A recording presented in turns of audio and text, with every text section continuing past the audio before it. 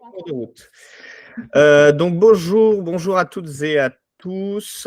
Donc moi je suis Melchior de Roquemorel, je suis l'animateur de l'association Consigne et Réemploi en Bourgogne-Franche-Comté. Et le webinaire qu'on organise aujourd'hui sur la place des structures de réemploi solidaire dans la future filière de réemploi de contenants alimentaires en Bourgogne-Franche-Comté se fait aujourd'hui en collaboration, si j'ai envie de dire, avec l'ARAR et Justine qui est juste là. Bonjour.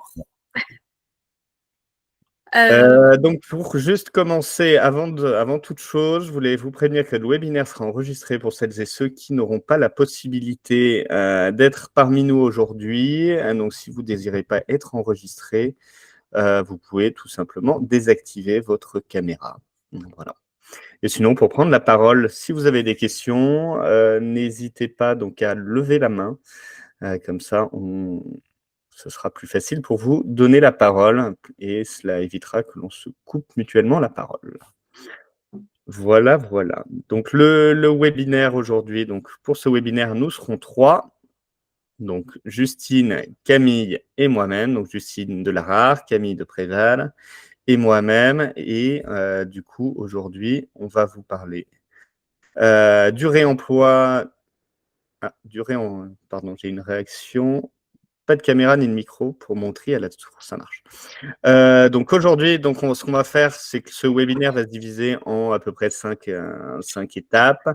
On va tous se présenter. Ensuite, je vais vous présenter le contexte régional, notamment lié à la future filière de réemploi de contenants alimentaires en Bourgogne-Franche-Comté. On va parler d'un cas concret, un ou deux cas concrets avec Camille, et ensuite on prendra un temps de questions-réponses. Et d'ailleurs, les timings ne sont pas du tout bons. Puis ensuite, on va parler de la prochaine étape. Donc, la prochaine étape durera plutôt 5 minutes et les questions-réponses 15 minutes à peu près. Voilà. Donc, je vais passer la parole à la première et à Justine. Donc, bonjour tout le monde. Alors, je vais vous très rapidement, parce que c'est pas forcément le sujet d'aujourd'hui, mais c'était juste pour introduire un petit peu l'ARAR. Je pense que je connais une bonne partie des personnes présentes, mais ça vaut le coup pour ceux qui nous connaissent pas, de savoir ce qu'est l'ARAR, parce que vous en avez peut-être déjà entendu parler. Est-ce que Melchior, tu peux passer à la slide suivante ? Pardon. Alors, l'ARAR, on est un réseau de la région Bourgogne-Franche-Comté. L'ARAR qui signifie Association régionale des acteurs du réemploi de Bourgogne-Franche-Comté, donc plus simple de dire l'ARAR. On est une structure de l'ESS, on est un réseau régional qui regroupe les acteurs du réemploi solidaire.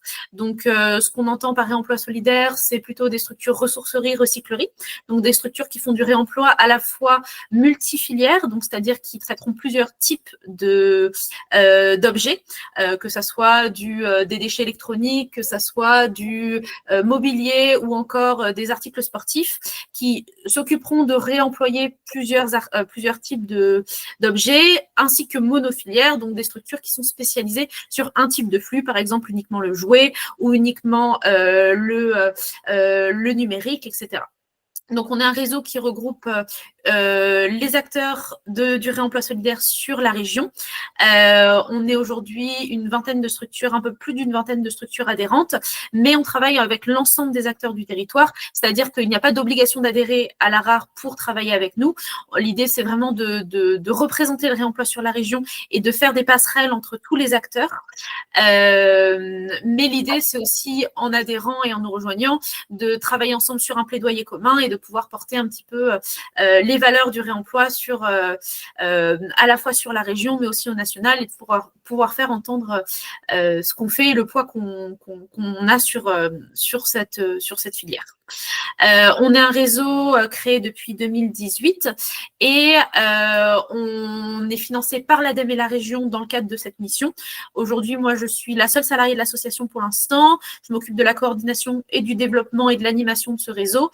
Je suis arrivée en 2020 et on est financé, donc on a été financé d'abord grâce à l'appel à projet économie circulaire par l'ADEME et la région sur 3 ans jusqu'à 2023. Et on est refinancé cette année, depuis le début de l'année, pour de nouveau 3 ans jusqu'en 2026 au moins. Voilà, donc on est un réseau, on travaille dans une logique collaborative comme n'importe quel réseau. Vraiment, l'idée, c'est de croiser les compétences de chacun pour réussir à monter à se développer, à monter en compétences, en fait, tous ensemble.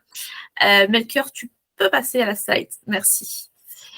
Et donc pour terminer, en gros, l'ARAR, c'est, donc comme je le disais, c'est comme n'importe quel réseau. L'objectif, c'est la coopération entre les acteurs. Donc comment est-ce qu'on croise les sujets, comment est-ce qu'on crée des liens entre les structures et comment est-ce qu'on se professionnalise aussi dans nos actions.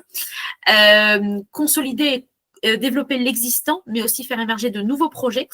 Le changement, donc promouvoir le réemploi et les dynamiques autour du réemploi sur la région grâce à des actions collectives, des actions de communication, de plaidoyer.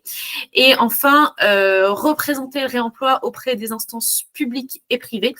Donc voilà, donc encore ce sujet de plaidoyer qui est important pour nous.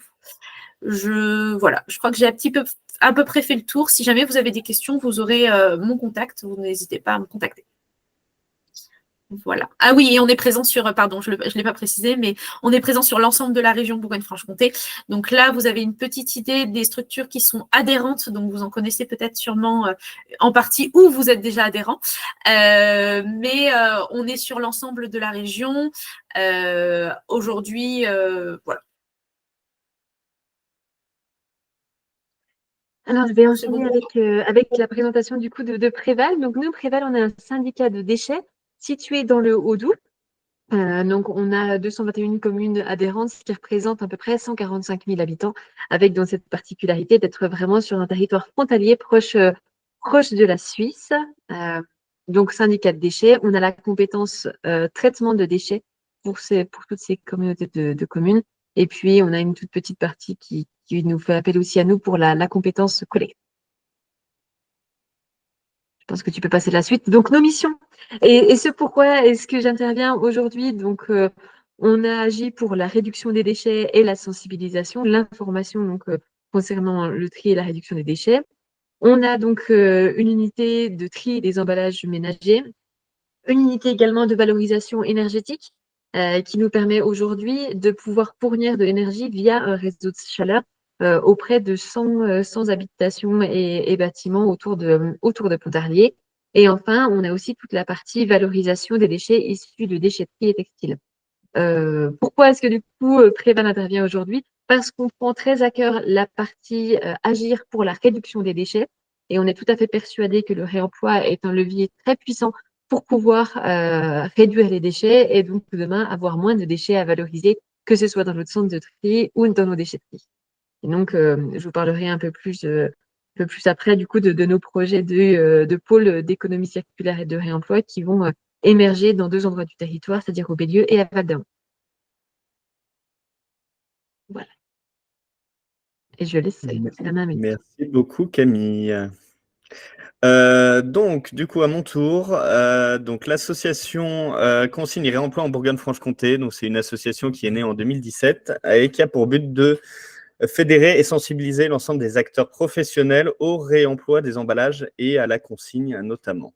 Donc, l'objectif qu'on a aujourd'hui, c'est de créer un territoire qui accueille des filières organisées pour le réemploi des emballages, donc à la fois sur le sujet alimentaire et le non alimentaire également, donc essentiellement pour les emballages primaires et secondaires.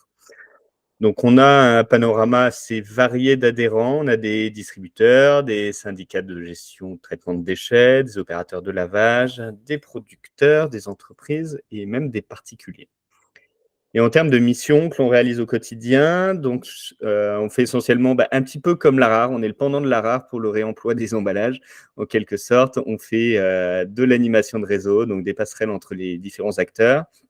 On met à disposition des ressources, notamment via l'équipe, j'ai envie de dire, l'unique salarié, donc moi-même. Voilà, je suis à vos dispositions pour encourager le réemploi des emballages. Et enfin, on soutient l'émergence de nouvelles boucles de réemploi, notamment en essayant d'essaimer des expérimentations, par exemple, qui ont en cours sur certains territoires de la région. Excusez-moi, la sonnette vient de sonner. Et donc, voilà, l'idée, c'est d'essaimer un petit peu ce qui marche dans certains coins du territoire de Bourgogne-Franche-Comté pour pouvoir aller plus loin et structurer des filières de réemploi d'emballage à l'échelle de la région. Donc, vous pouvez accéder à toutes ces infos sur notre site internet. Et aujourd'hui, on va parler d'un aspect un petit, qui touche au réemploi de contenants alimentaires. Excusez-moi, il y a le téléphone qui sonne. Donc oui, aujourd'hui, on touche au réemploi des contenants alimentaires. Et en fait, on a été mandaté par la région et par l'ADEME pour tenter d'accéder.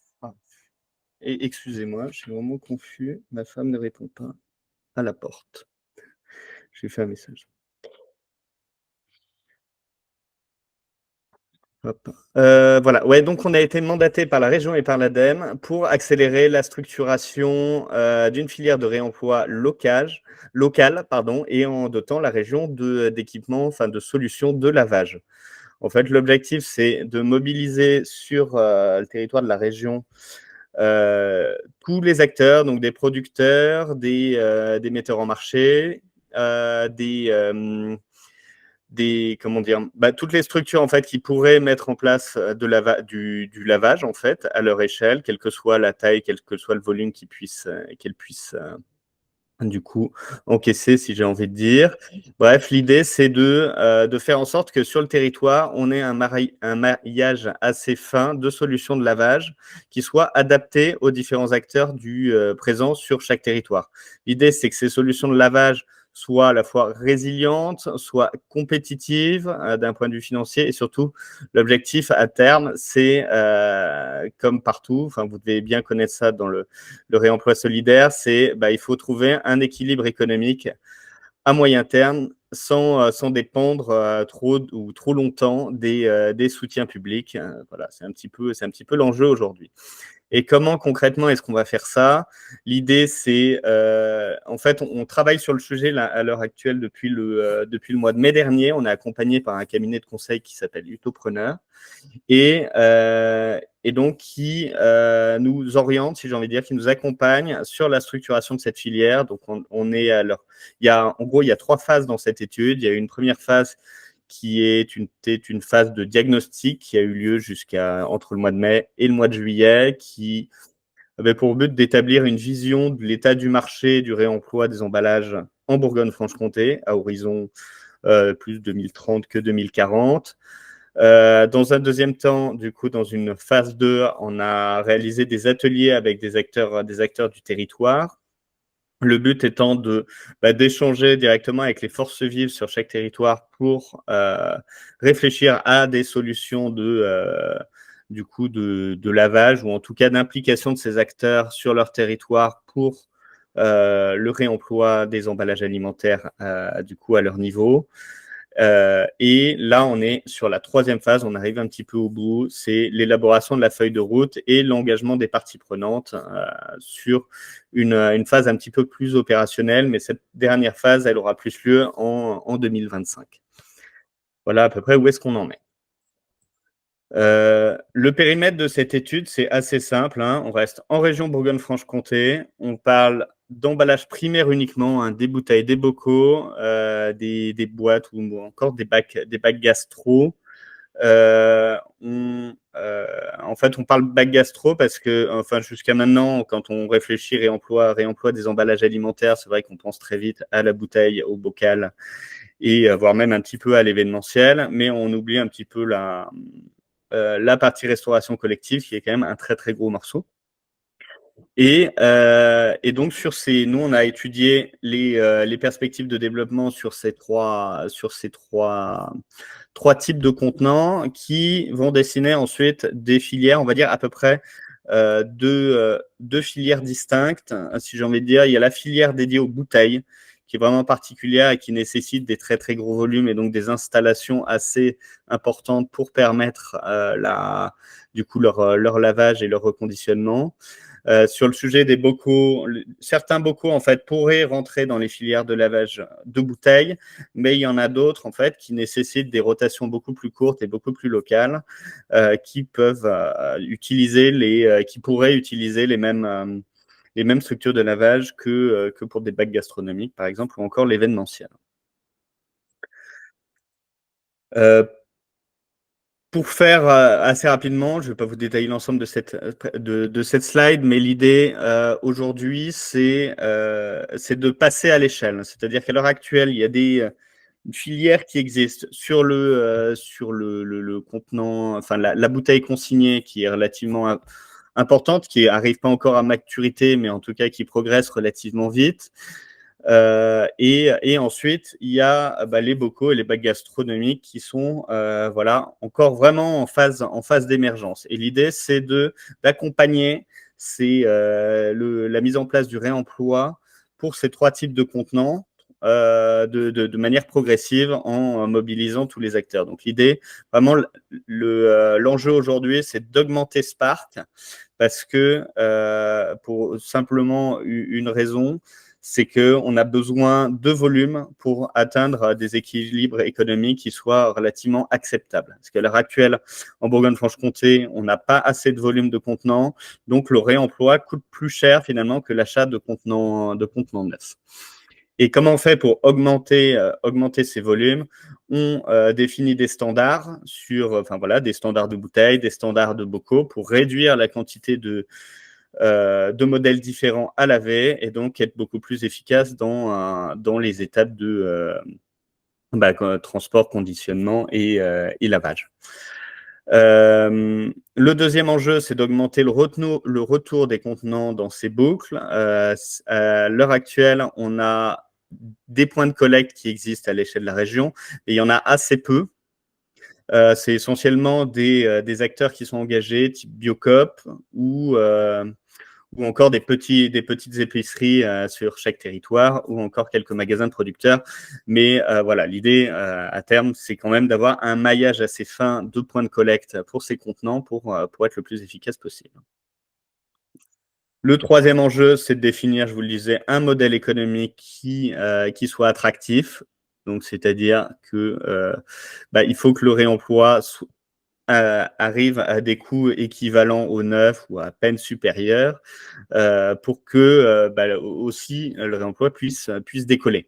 Et c'est pour ça qu'aujourd'hui, on travaille beaucoup avec des éco-organismes, par exemple, ou encore les collectivités pour mettre en place des soutiens financiers pour pouvoir amorcer la filière et aussi travailler à la diminution des coûts logistiques grâce à la mise en place de solutions de proximité, notamment sur les lieux de vente, de récupération ou encore de lavage, pour regrouper les contenants dans vraiment à échelle territoriale, pour permettre justement de massifier au plus proche et réduire les coûts de transport pour chacune des filières. Et enfin, le dernier point, c'est définir des systèmes de traçabilité et de certification, notamment sur les questions d'hygiène, etc. Mais ça viendra dans un second temps. Justement, aujourd'hui, on a décidé de vous, du coup, avec Justine, de vous rassembler pour définir, essayer de vous expliquer comment est-ce que des structures de réemploi solidaire pourraient devenir des acteurs à part entière dans ces filières de réemploi de contenants alimentaires.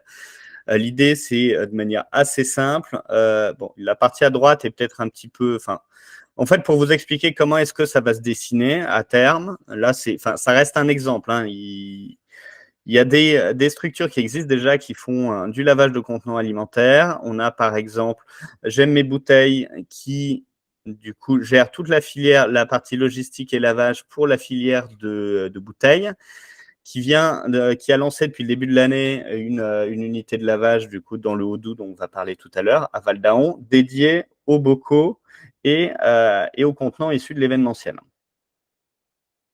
On a d'autres acteurs type Envie du coup, qui est basée à Dijon, qui est une structure d'insertion, qui également a mis en place, du coup, utilise une unité de lavage qu'ils avaient dans leurs locaux pour effectuer du lavage de vaisselle à l'échelle de l'agglomération dijonnaise et en particulier des cock-up sur le territoire. L'idée étant de mettre à disposition des acteurs du territoire des contenants pour l'événementiel qui puissent être réemployables. Il y a une initiative à peu près analogue qui est en train de se monter dans le coin du Creusot ou de Monceau-les-Mines. Là-bas, il y a une structure, une collectivité qui est en train de chercher des financements pour créer une unité de lavage sur ce territoire-là, avec pour objectif de laver quasi exclusivement des contenants pour l'événementiel. Pour les acteurs de son territoire. Et cette unité de lavage serait installée dans une ressourcerie qui est en cours de construction sur ce territoire.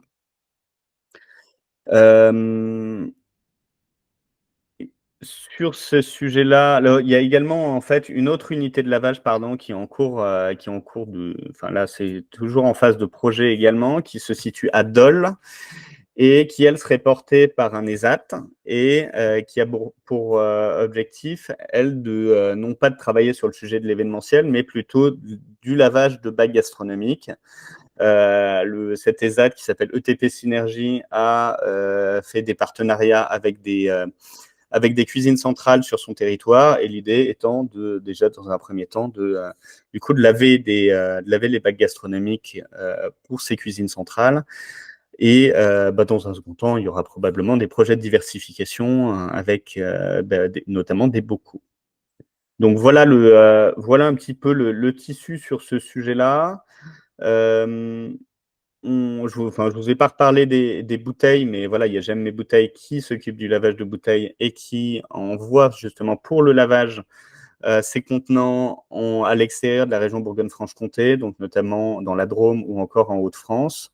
Donc c'est pour ça qu'il y a vraiment cette volonté de la région et de l'ADEME de rapatrier, j'ai envie de dire, cette étape dans le réemploi dans la région pour être un petit peu plus autonome et surtout pouvoir faire quelque chose vraiment créer une filière avec une identité territoriale. Et donc voilà. Donc l'idée, c'est d'essayer à terme de mailler le territoire. Donc je vous disais que l'objectif, c'est de revenir sur des échelons, notamment pour les bocaux ou encore les bacs gastro, de revenir à un échelon beaucoup plus local. Donc vous voyez tous les petits points orange. En fait, l'idée là, c'est des exemples d'acteurs qu'il faudrait réussir à mobiliser pour le lavage de bocaux ou encore de bacs gastronomiques pour les cuisines centrales. Et c'est totalement, ces points sont totalement factices, hein, ça correspond pas forcément à des initiatives qui sont en cours, mais voilà, l'idée c'est de se rapprocher des territoires pour avoir des plus petites unités de lavage qui nécessitent un petit peu moins d'investissement, mais surtout de créer des boucles locales pour réduire justement ces coûts et essayer d'avoir un modèle économique des modèles économiques plus acceptables en tout cas pour le réemploi. Donc c'est dans cet objectif-là, justement, qu'on se disait justement avec Justine, c'est que les structures de réemploi solidaire, en fait, pourraient devenir un acteur à part entière sur ces sujets-là. Il y a des collectivités qui le font, alors pourquoi pas des structures de réemploi solidaire ou encore des ESAT, etc. Ça permettrait d'avoir justement cet ancrage local beaucoup plus fort. Dans toute cette filière, donc il y a en gros les structures de réemploi solidaire pourraient avoir un rôle dans trois étapes. Hein. Donc d'abord la partie, en fait il y a certaines structures qui sont équipées de moyens de transport, de camions, etc. En fait, il y a des missions à trouver pour effectuer du transport justement à l'échelle locale pour collecter les points de vente, les magasins de producteurs, les distributeurs ou encore les grandes surfaces alimentaires si jamais, et pour faire un transport vers des points de massification et de tri c'est-à-dire ces points où seront effectuées dans un second temps donc des activités de tri pour faire la différence entre le type de bocaux, quels sont les types de, mettre au rebut, par exemple, les contenants qui ne font pas partie de la filière, qui ne correspondent pas aux standards, et également trier chaque type de contenant, de bocal ou encore de bac pour justement que ce soit beaucoup plus efficace. Et enfin, donc, il y a cette étape transport. Ensuite, il y a l'étape de tri et de massification, donc qui nécessite également des installations relativement grandes. Donc, il y a besoin d'espaces couverts, si j'ai envie de dire. Donc, si vous avez des espaces qui sont à l'heure actuelle inutilisés ou qui pourraient être réaménagés pour accueillir ce type d'activité, ça pourrait être assez intéressant. Et enfin, il y a la troisième étape qui est bien sûr le lavage à façon, donc pour les contenants alimentaires ou encore les contenants pour l'événementiel type EcoCup, ou enfin la restauration collective. Pour cette activité de lavage à façon, il n'y a pas besoin d'avoir des unités de lavage hyper perfectionnées. Il suffit d'avoir un système de lave-vaisselle type restauration collective. L'idéal, c'est d'avoir un système de... Comment ça s'appelle ? Tout un cheminement où vous avez des bacs que vous remplissez de contenants. Ça passe au lavage, puis au séchage, et puis ressort en état. Il n'y a plus qu'à reconditionner ensuite dans des bacs. Mais Camille va nous expliquer un petit peu plus comment ça fonctionne justement à Val-d'Aron. Ça donnera un petit côté un peu plus concret. Voilà. D'ailleurs, ça fait la transition. C'était même pas fait exprès. Voilà. À ton tour, Camille. C'était très bien fait. Oui, donc en fait, l'objectif de mon intervention, c'est de vous expliquer un petit peu ce qu'on est en train de faire et d'essayer de mettre en place au niveau de Préval, et donc de vous raconter deux histoires. La première, l'histoire un peu plus de réemploi de contenants alimentaires, c'est-à-dire comment est-ce qu'aujourd'hui et dès à présent, on a fait émerger sur notre territoire, et en partenariat avec les financeurs et avec J'aime mes bocaux, une unité de lavage de contenants, et comment cette unité de lavage de contenants aujourd'hui fait appel à un ESAT notamment. Donc, c'est de dire, voilà, quels sont les premiers apprentissages, quels sont les premiers pas qu'on a fait au niveau du lavage de contenants alimentaires sur le territoire. Et en parallèle de ça, comment est-ce qu'on fait le lien entre cette unité de lavage de contenants alimentaires et nos projets de pôle de réemploi et d'économie circulaire, puisque donc Préval, depuis déjà quelques années, et puis ça s'intensifie, travaille beaucoup sur l'émergence de pôles de réemploi et économie circulaire, type ressourcerie. La première ressourcerie qui a bénéficié de cet élan-là, c'est Rebond sur Mèche. Et puis maintenant, donc, il y a deux projets qui sont en cours. Un premier sur le Bélieu, où le premier coup de pelle a été donné, et donc où il va y avoir donc cette ressourcerie accolée à une déchetterie sur la partie du Bélieu. Et puis le pôle de réemploi et d'économie circulaire qui nous intéresse plus particulièrement aujourd'hui, c'est celui de Val-d'Aron. Là, on est encore en phase d'avant-projet. Le premier coup de pelle ne sera pas donné cette année ni l'année prochaine, mais sûrement plutôt l'année d'après. Et ce qui est intéressant dans ce pôle de réemploi-là, c'est qu'en plus de... Je vous décrirai un peu plus tout à l'heure comment ça se passera. Mais donc, celui-ci, en fait, va intégrer une station de lavage de contenants en son sein. Voilà.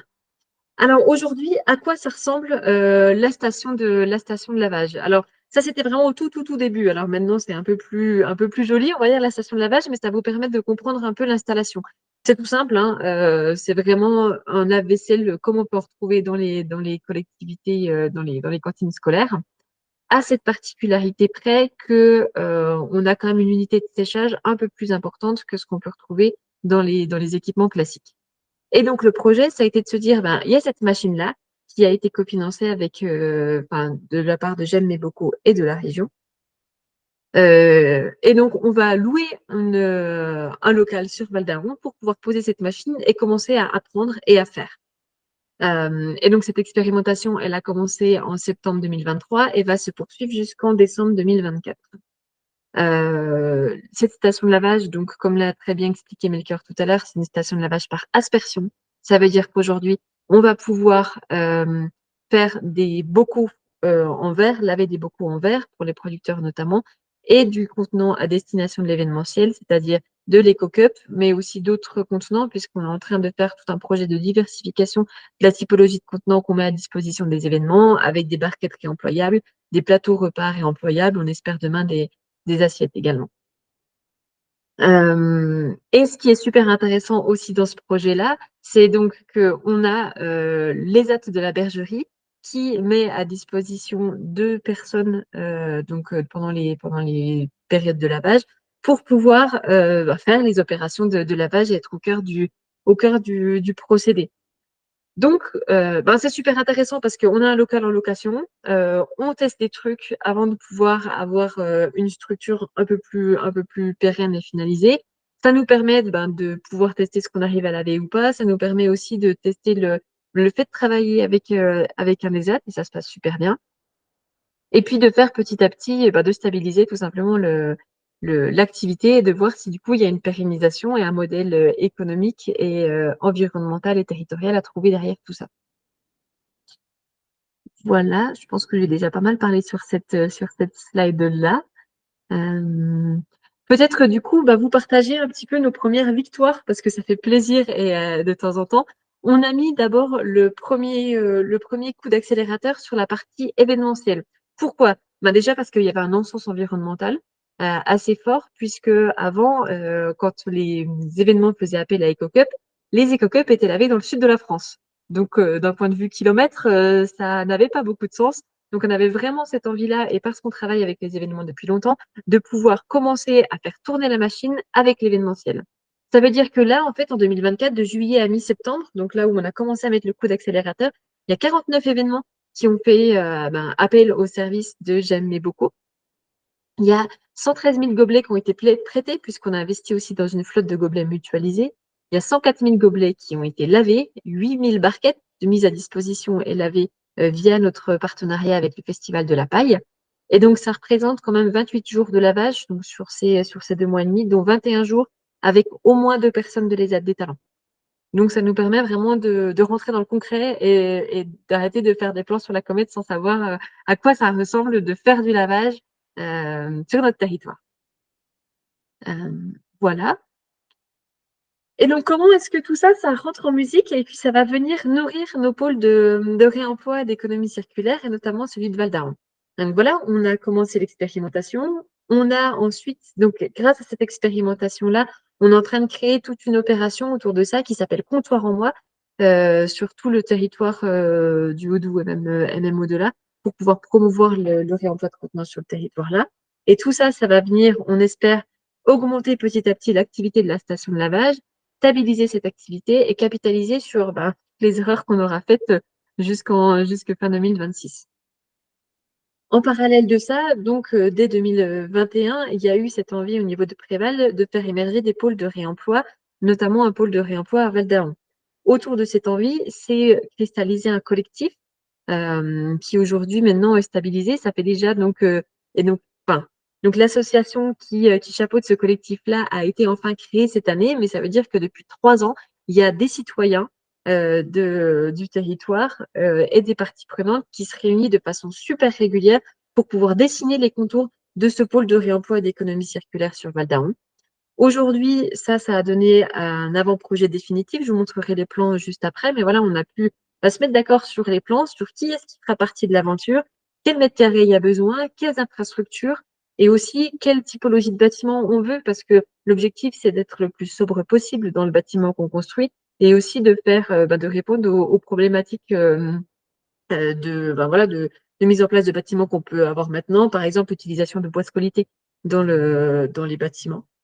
Et donc, en 2027, on espère, ou du moins, on espère en 2027, on verra bien, on espère voir un pôle d'économie circulaire et de réemploi verra le jour à Val d'Aran.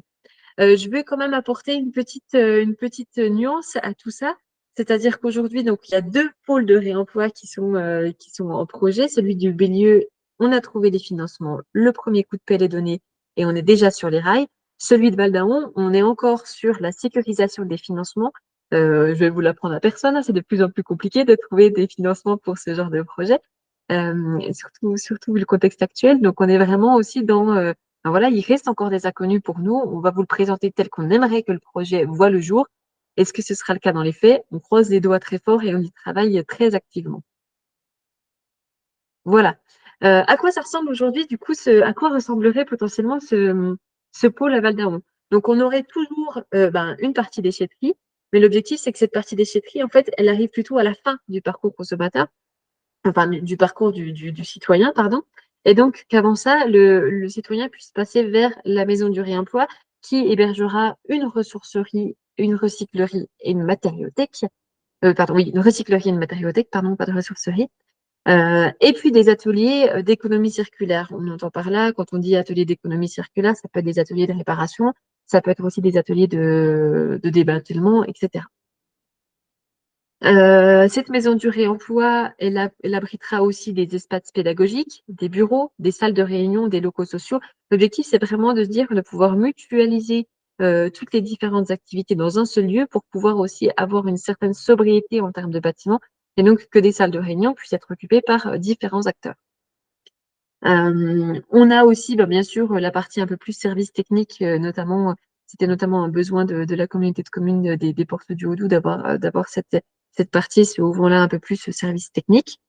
Vous noterez que la partie démantèlement, qui est le petit bâtiment au milieu à droite, est un petit peu, et on va dire, décollé du reste, c'est majoritairement pour des questions de sécurité, en fait, et de sécurité incendie, où c'était quand même très compliqué de pouvoir faire cohabiter un atelier de démantèlement avec des espaces accueillants du public, comme peut l'être la recyclerie ou comme peuvent l'être les espaces pédagogiques, et puis la partie ludothèque. Et donc ça, on va dire que c'est le projet. Ah si, pardon, j'ai pas parlé quand même de famille rurale, d'un collectif Petite Enfance qui normalement devrait aussi s'installer dans ce bâtiment-là en proposant notamment des activités de ludothèque. Donc on est vraiment sur un espace unique, mais qui regroupe énormément d'activités, que ce soit de la recyclerie, de la déchetterie, une plateforme de voyage de végétaux, pardon, et des espaces de débottèlement et de services techniques. Voilà. Peut-être si jamais on vient un peu plus dans le détail des plans sur la slide d'après et notamment sur la station de lavage. Alors en fait, ce qui va se passer, c'est qu'au R-1 du bâtiment, donc le R1 va abriter tout ce qui est recyclerie, salle de réunion, bureau, cantine également.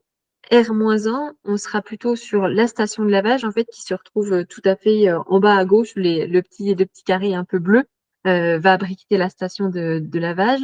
On va avoir aussi des éléments de stockage pour la ressourcerie, la ludothèque, et puis après, toute la partie un peu plus sanitaire du bâtiment. Donc voilà. Ce qui est super intéressant quand même dans ce projet-là, et notamment de pouvoir réfléchir au lavage en amont, c'est que du coup, on peut prendre en compte directement les spécificités et les besoins du local de lavage, parce qu'il y en a quand même beaucoup, dans la création de ce bâtiment-là. Et c'est bête, mais par exemple, se dire, OK, c'est ouvert -1, mais ça va être comme un espace super humide. Donc, on travaille dès à présent avec le maître d'œuvre sur, il va falloir avoir une très, très forte circulation d'air. Peut-être des détails comme ça, mais c'est ce qui fait qu'après, la vie sera plus facile quand cette station de lavage verra le jour. Et donc, ça fait bien le lien peut-être avec la dernière slide, qui est de se dire, c'est quoi l'intérêt de faire tout ça et c'est quoi l'intérêt de faire tout ça en même temps? L'intérêt de faire l'expérimentation avant la construction, c'est de pouvoir prendre en compte aussi la spécificité du lavage, ce que je disais tout de suite, et puis aussi les normes d'hygiène.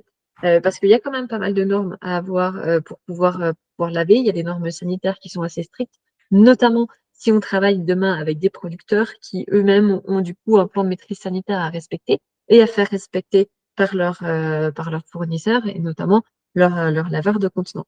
Ça veut dire qu'aujourd'hui, il y a toute une démarche d'HACCP qui est mise en place et un plan de maîtrise sanitaire aussi à mettre en place au niveau de la station de lavage. Par exemple, il faut qu'il y ait on va dire, une circulation dans l'espace de lavage, une séparation physique entre la partie propre et la partie sale. C'est beaucoup plus simple. On se rend bien compte quand on loue là un bâtiment que c'est pas toujours évident de faire ça sur un bâtiment loué, c'est tout à fait possible, hein. On trouve des solutions et aujourd'hui il y a des solutions techniques qui nous permettent de le faire à Val d'Aon, Mais c'est vrai qu'il y a aussi un confort de se dire, ben voilà, on va pouvoir dessiner les plans et puis faire un local qui répondra à nos besoins. Et puis, l'intérêt de mutualiser le bâti, c'est de pouvoir avoir différents apports au modèle économique, c'est-à-dire que demain, donc, la personne qui s'installera dans ce bâtiment-là, donc l'opérateur de réemploi, j'aime beaucoup, pourra aussi amener une contribution financière par le paiement d'un loyer à l'équilibre économique de ce bâtiment. Ça permet de mutualiser des locaux, ce que je disais tout à l'heure, donc d'avoir de la sobriété. Ça permet potentiellement aussi de penser à de la mutualisation du personnel, et notamment du personnel en insertion, d'avoir aussi des locaux et du matériel mutualisable. Et puis enfin et surtout de créer un écosystème autour de l'économie circulaire et du réemploi, de décloisonner un maximum. Voilà, c'est un peu ce qu'on fait aujourd'hui, décloisonner un maximum toutes les activités qui ont attrait autour du réemploi. Et je crois que j'en ai fini de l'explication du projet. Au top. Merci beaucoup Camille. Nous voici maintenant au temps de questions-réponses. Donc n'hésitez pas, sentez-vous libre de poser toutes les questions possibles, c'est le moment. Sinon, il y a quelques questions que l'on vous pose à l'écran, mais si vous en avez de manière plus spontanée, c'est mieux.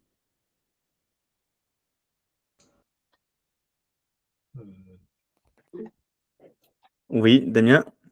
Oui, mais la question, je pense qu'elle est commune d'ailleurs à tout le monde, mais c'est aujourd'hui l'expérimentation que vous conduisez, elle est portée par un syndicat. On sait que l'offre d'insertion, aujourd'hui en tout cas, elle n'est pas extensible et que donc de toute façon, développer des nouvelles activités autour de ça ou d'autres choses, c'est pas possible en termes d'insertion. Alors, ça, on a une projection sur 1 an, mais à mon avis, ça va durer un peu plus longtemps. Donc, ça veut dire que est-ce que ce type d'activité, tunnel de lavage, etc., est économiquement aujourd'hui viable pour éventuellement mettre de l'emploi pérenne, parce qu'en tout cas, l'offre d'insertion, à mon avis, ce n'est pas possible, si ce n'est de transférer des postes d'insertion d'une activité sur une autre. Donc voilà, c'est un peu ça la question, c'est sur l'équilibre ou le coût que ça engendre. C'est bien quand c'est porté par un syndicat qui a les reins solides, mais si c'est une association, c'est peut-être plus compliqué. Ouais. Ouais, non, mais c'est une bonne question et c'est exactement pour ça qu'aujourd'hui, le syndicat met la main à la poche et que parce on dit que c'est de la responsabilité aussi du syndicat de créer de l'émergence d'activités. Mais c'est sûr que c'est toute la raison d'être de cette expérimentation, justement, de pouvoir donner un petit peu d'air et donner un petit peu de temps pour pouvoir avoir des retours sur la viabilité économique. Comme le disait Melchior tout à l'heure, c'est vrai que sur le réemploi, on est quand même sur une activité de volume. Tant qu'il n'y a pas de volume, il n'y a pas tant qu'il n'y a pas de volume, il n'y a pas de rentabilité économique. Par contre, dès qu'on arrive à avoir du volume, et on l'a bien vu cet été où on a travaillé comme avec énormément d'événements, ce qui fait que la station de lavage a tourné à plein régime. Et là, on arrivait quand même à avoir une activité économique. En tout cas, une rentabilité de la part de Jeanne Mébocco, qui est quand même, pour le coup, lui, même pas une association, mais bien une SAS. Alors bon, qui aujourd'hui ne fait pas forcément de chiffres et a plutôt des objectifs, on va dire, non lucratifs plutôt que de faire du chiffre d'affaires et puis de dégager du chiffre d'affaires. Mais ça n'empêche qu'aujourd'hui, on a quand même une activité privée qui s'intéresse à cette activité-là. Donc, on a bon espoir qu'à un moment donné, ce soit pérenne économiquement. Par contre, voilà, je vais pas mettre de la poudre aux yeux, hein. Aujourd'hui, ça l'est pas dès que ça tourne plus. Et dès que on est sur le moment où les événements s'abaissent, forcément, forcément, s'il n'y a plus d'événements, là, ça tourne plus et puis on n'arrive plus à faire de chiffres. C'est pour ça qu'il faut aller chercher euh, d'autres typologies de contenants à nettoyer, c'est-à-dire d'aller chercher des producteurs, d'aller chercher potentiellement de la restauration collective, d'aller chercher des traiteurs pour pouvoir diversifier l'offre de lavage et pour pouvoir du coup augmenter les volumes. Mais ça veut bien dire, et ça sous-tend cette activité-là, de se dire que c'est pas seulement aujourd'hui une problématique de lavage, c'est aussi une problématique de mobilisation du territoire, de sensibilisation des acteurs pour pouvoir capter ces volumes-là. Et c'est une vraie aussi contrainte de temps humain derrière pour pouvoir alimenter tout ça. Mais l'objectif, c'est d'expérimenter, d'essuyer les plâtres, et puis on espère après de pouvoir justement capitaliser sur tous ces plâtres essuyés pour que ça devienne rentable. Tout à fait. Merci, merci Camille. Je vais compléter un petit Ouais. peu sur l'aspect modèle économique, effectivement, et ressources humaines disponibles. C'est vrai que le parti pris à l'heure actuelle du coup, de les ATTP Synergie à Dole, qui veut mettre en place du coup une unité de lavage dans ces installations, c'est que, il y a de l'espace disponible, et de deux, il aurait des ressources en fait disponibles pour les faire travailler dans l'unité de lavage. L'avantage à l'heure actuelle qu'il a trouvé, c'est que les installations, pour l'instant, sont financées à 70%, il ne reste plus que 30% à trouver. Donc l'aménagement du local, etc., serait financé quasiment en totalité. Et ensuite, le fait d'avoir des ressources disponibles, il pourrait les faire travailler dans l'unité de lavage, mais ça permettrait aussi de monter en charge petit à petit, c'est-à-dire le temps d'avoir assez de volume pour la faire fonctionner à temps plein, il pourrait justement mutualiser ces ressources humaines pour les faire travailler sur d'autres postes de travail avant, et ensuite de les porter petit à petit sur la partie lavage. Donc ça, c'est quand même, voilà, c'est une des options possibles à ce niveau-là.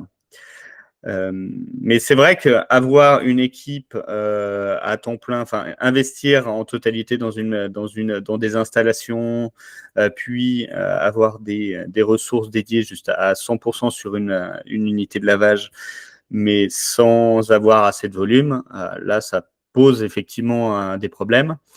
Et justement, c'est pour ça qu'aujourd'hui, on cherche à allier le temps d'avoir justement des volumes assez importants, à allier financement public, puis tester des choses d'un point de vue modèle économique pour réussir à trouver un équilibre complet.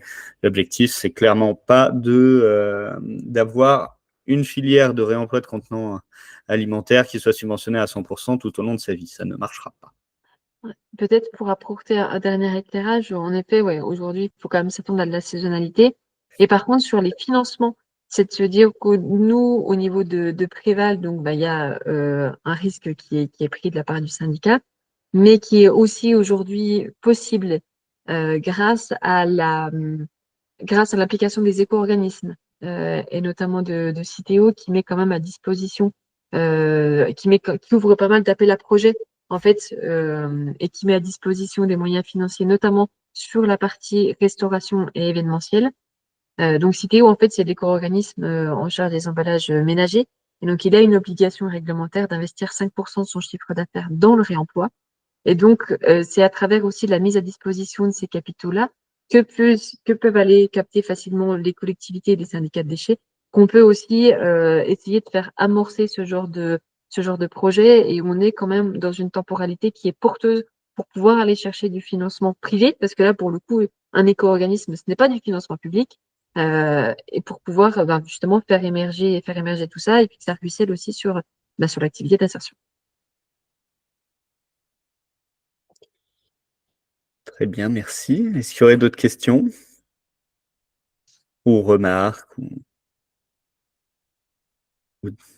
Damien, ouais. Il y a combien de personnes? Je relance encore. En tout cas, nous, on est l'association TRI, on est basé à Quingey, on travaille beaucoup sur Besançon. J'avais déjà signifié à Jeanne Bouteille qu'on est prêt, en tout cas, à jouer un rôle dans la collecte, voire la massification. Ok. Voilà. Donc ça, après, il faut étudier techniquement ce que ça veut dire.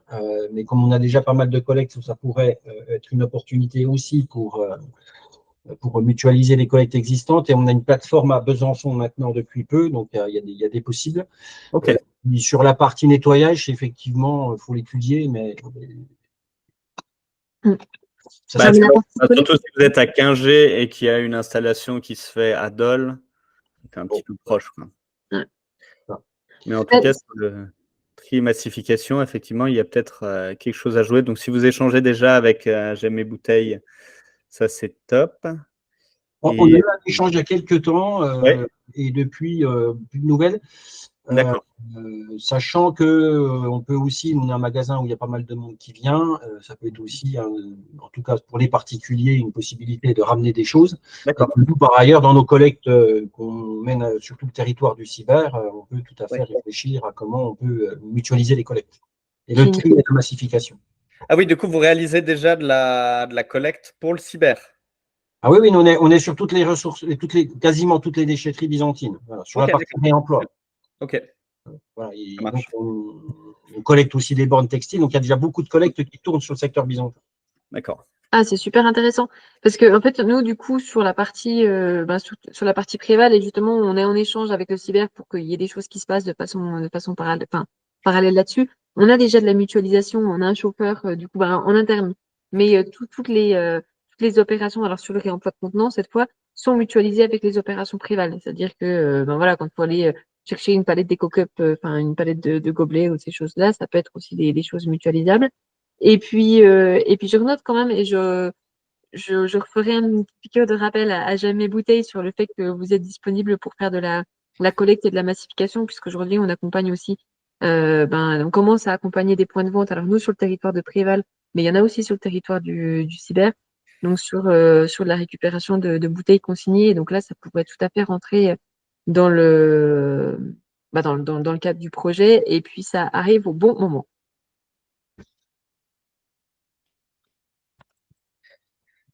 C'est cool. Top. Très bien, merci. Est-ce qu'il y aurait d'autres questions?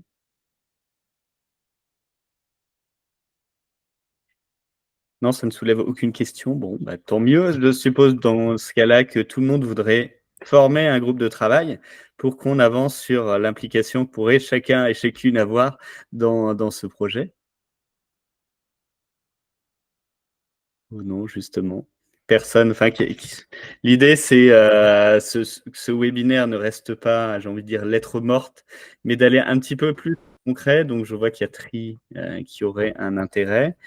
Mais est-ce qu'il y aurait d'autres acteurs, du coup, qui auraient un intérêt à aller un petit peu plus loin, réfléchir justement comment vos structures pourraient s'impliquer dans cette future filière pour qu'on puisse un petit peu réaliser un état des lieux de ces ressources que vous pourrez mettre à disposition de la filière et pour qu'on puisse mettre en place une petite feuille de route sur la structuration de la filière.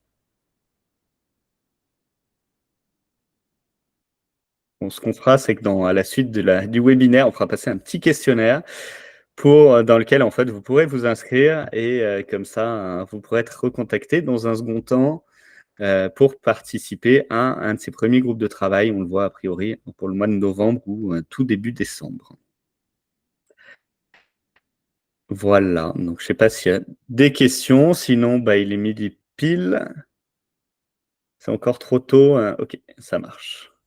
Plus tard, mais après si vous voulez être tenu au courant, c'est aussi une option de pouvoir être tenu au courant et de pouvoir justement vous rattacher à la réflexion peut-être un peu plus tard. Voilà, bon s'il n'y a pas de questions, pas de remarques, un grand merci. Un grand merci à tous et puis à bientôt, j'espère. Merci de nous avoir écoutés. Merci à Lara. Merci tout le monde. Et merci beaucoup. Au revoir. Merci beaucoup. Allez, au revoir, à très bientôt. Au revoir, à bientôt.